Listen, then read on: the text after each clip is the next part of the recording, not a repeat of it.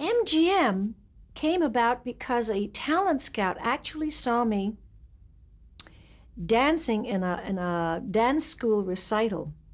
In those days, talent scouts covered all of these kind of events, and they really did their work. And he saw me, his name, I'll never forget, his name was Dudley Wilkinson.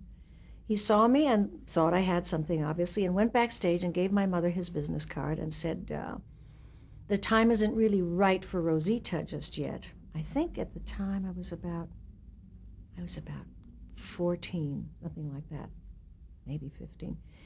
And he said, but I'll keep in touch with you, and when I think the time is right, perhaps we can do something. I didn't know what do something meant, but all I knew was that that was the studio of my dreams, because it was the musical studio. It was the great musical studio, and to this day remains so. And he did, he would now and then call and say, just keeping in touch. And then about when I was 16 and I had already made my first film, which was So Young, So Bad, he called and he said, L.B. Mayer of Metro-Goldwyn-Mayer is coming into town and I want Rosita to meet him. This was like a 2-year hiatus. And that's what I did. He said, come to the Waldorf Astoria, which was a very, very fancy hotel. It still is, but then it was like saying the Plaza.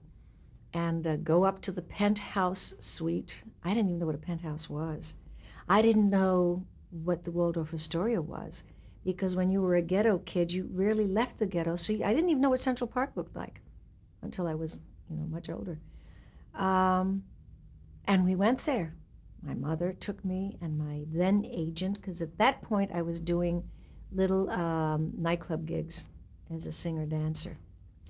And we met the great man himself, Louis B. Mayer, who, based on what the talent scout had told him, signed me to a 7-year contract, never having seen me, but that's what talent scouts are for, especially in those days.